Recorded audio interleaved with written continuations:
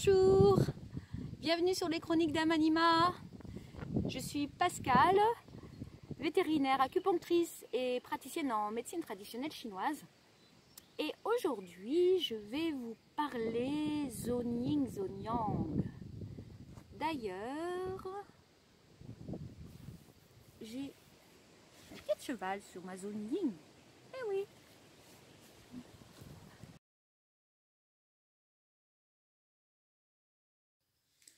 Alors, je voulais parler aujourd'hui donc de zone Yin et de zone Yang parce que ça me permet aussi d'introduire justement ces notions du Yin et du Yang qui sont toutes les deux une énergie et qui sont des couleurs.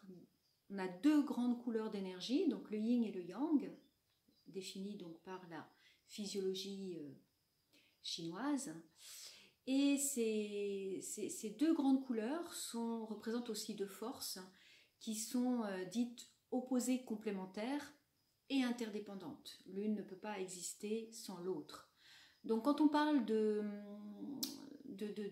l'aspect ou d'une structure ou d'un lieu ou d'un caractère yin ou yang, c'est toujours quelque chose qui est relatif à autre chose. C'est toujours plus yin, c'est qualifié de yin parce que c'est plus yin que l'autre, ou c'est qualifié de yang parce que c'est plus yang que l'autre. Mais c'est toujours quelque chose de relatif. Ça, c'est important de comprendre qu'il n'y a pas de valeur absolue du yin ou du yang, puisque les deux sont toujours présents, et que lorsqu'on qualifie un organe, une zone, une personnalité de yin ou de yang, c'est toujours relativement à un autre, une autre personne, un autre lieu, un autre caractère, un autre organe, voyez.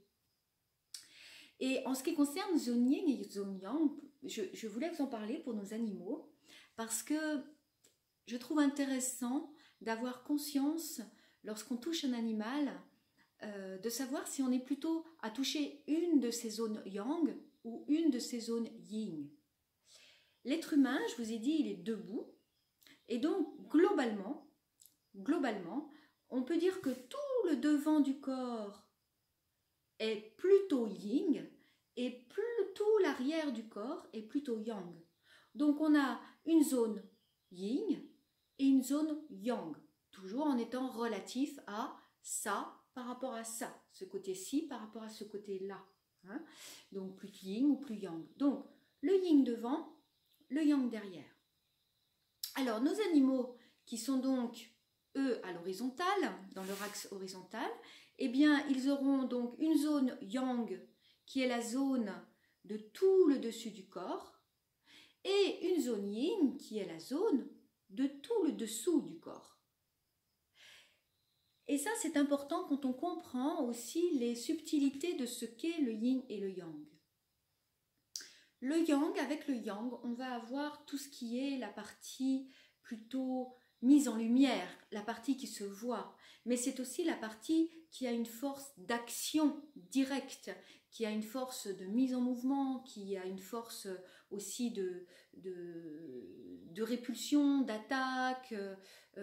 C'est vraiment l'action, c'est vraiment la mise en mouvement, c'est vraiment l'énergie de bouger. Alors que le yin, on est sur une partie, on est sur une énergie qui est beaucoup plus rentrée, introvertie, plutôt dans l'immobilité, plutôt dans l'ombre également, hein, sans donner de côté péjoratif ou à la notion d'obscurité ou de lumière. C'est juste qu'il y a moins de luminosité, puisque le soleil c'est un caractère très yang, et bien la partie yin elle est plutôt à l'abri de la lumière. Et d'ailleurs, quand on regarde nos animaux, la partie yin, ce n'est pas la partie qui est exposée au soleil. Par contre, la partie yang est très exposée au soleil.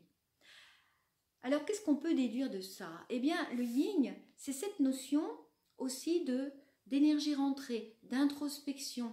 C'est aussi tout là où vont se situer toutes les parties les plus fragiles du corps.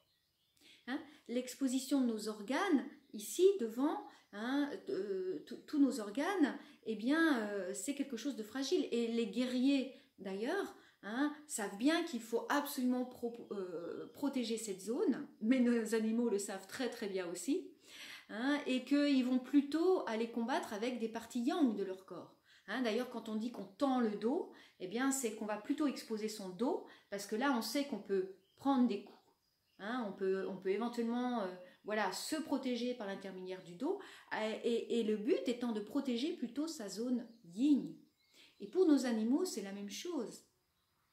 C'est-à-dire que l'animal, quand il ne vous expose pas comme ça, d'emblée, toute sa zone yin, parce que ça c'est la zone de son intimité, c'est la zone de sa faiblesse, c'est la zone de sa fragilité. Donc il va plutôt vous exposer toute sa zone yang, toute la zone du dos ici. Hein, Oscar? Voilà, sa zone yang, alors que cette zone yin est beaucoup plus fragile, elle ne va pas vous l'exposer d'emblée. Alors, quand vous allez toucher votre animal, eh bien, vous allez plutôt le caresser sur le dessus, donc vous allez plutôt le caresser, l'aborder, on va dire, par sa zone yang. Et si vous vous précipitez à aller toucher plutôt la zone yin, eh bien, vous risquez, si l'animal n'est pas préparé, s'il n'a pas suffisamment confiance, ou si c'est un animal qui est un petit peu craintif, vous risquez à ce moment-là d'avoir un retour qui n'est pas très très agréable. Et je pense que c'est intéressant aussi, par exemple, de voir pour les chiens, quand le chien se met sur le dos, on dit c'est un signe de soumission parce que justement, il expose. Alors, on a l'habitude de dire il expose ses parties génitales. Oui, les parties génitales font partie de la zone yin, mais il n'expose pas que ses parties génitales. Il expose toute sa fragilité et tous ses organes abdominaux, son thorax, ses poumons, son cœur. Il expose toute cette partie la plus fragile. Donc oui, il se soumet. Je suis effectivement à ta merci. Hein? Donc c'est dans le rapport des chiens entre eux, ça fait partie de leur langage. À partir du moment où l'animal montre sa zone yin, il veut dire ok, je veux bien que tu sois le plus fort puisque je te montre, regarde, toutes mes parties les plus faibles. Et pas seulement les organes génitaux, hein, comme on l'interprète souvent dans le comportement. Et il y a également, donc je voulais aussi vous parler également des chats. Hein. Donc les chats se laissent facilement caresser sur le dessus du dos, mais beaucoup plus difficilement sur le ventre. Alors quand un chat vous expose son ventre, c'est là, ça veut dire confiance. J'ai confiance en toi. Et puis parfois, il expose son ventre, on commence à le toucher, à le caresser, et hop, ça se transforme, ça dure quoi? Quelques secondes, et hop, tout de suite après, il agrippe parce qu'il ne supporte plus qu'on lui touche le ventre. Alors surtout ne pas le réprimander à ce moment-là. Parce que déjà, il vous a montré son ventre, c'est déjà une grande marque de confiance. Et ce qu'il faut comprendre, c'est que comme c'est inscrit dans ses gènes que c'est sa zone de faiblesse, et c'est pareil d'ailleurs pour le chien, mais c'est pareil pour le cheval, c'est inscrit que c'est sa zone de faiblesse. Donc dans son cerveau reptilien, dans son cerveau de réaction en fait, hein, et de survie, eh bien qu'est-ce qu'il va faire? Hop, il va à ce moment-là, à un moment, il y a un switch au niveau de son cerveau qui fait que il réagit, c'est un réflexe de survie, il va réagir en agrippant, non, on ne me touche pas à cette zone-là. Et c'est pas parce qu'il ne vous fait pas confiance, c'est simplement que c'est une réaction plus forte que lui. Alors on va avoir des différences suivant les individus. Certains chats parfois aiment qu'on les caresse sur le ventre. C'est vraiment qu'ils ont ce côté apaisé qui leur permet effectivement de dépasser ce réflexe. Mais ce n'est pas toujours le cas. Et donc ce n'est pas un moment où il faut réprimander votre chat ou réprimander votre chien parce que c'est une zone réflexe. Alors il faudra l'aborder différemment. Et puis je voulais aussi attirer votre attention sur le fait que quand on donne des jambes à un cheval ou quand on le sangle, hein, quand on passe la sangle sous le ventre, c'est toujours un moment très délicat pour le cheval. Parce que c'est aussi le moment où on va les serrer, où on va les toucher, où on va aller solliciter cette zone yin. Et ça aussi, c'est un réflexe pour lui. Ça aussi, c'est un réflexe. On ne va pas toucher le ventre, le flanc comme ça. Et au moment du sanglage, c'est la même chose. Donc, il peut avoir des réactions petit à petit, on peut dans l'apprentissage bien sûr calmer ses réactions, le rassurer, mais toujours penser que c'est un réflexe de survie qui correspond comme nous l'avons nous-mêmes. quand on a quelqu'un qui nous touche, on va plutôt accepter qu'il nous touche sur l'épaule, qu'il nous touche sur le dos, mais s'il va toucher le devant du corps, oulala, là nos réflexes, c'est pareil, ils sont bien présents. Alors voilà, je voulais vous inviter tout simplement à la prochaine fois que vous allez toucher votre animal, quand vous touchez notamment sa zone yin, que ce soit pour la caresse, le brossage, que ce soit pour le sanglage, ou que ce soit dans le cadre du dressage, de l'apprentissage. Quand je parle de dressage, c'est plus le côté d'éducation du cheval. Le dressage, ça correspond à autre chose, c'est un autre terme.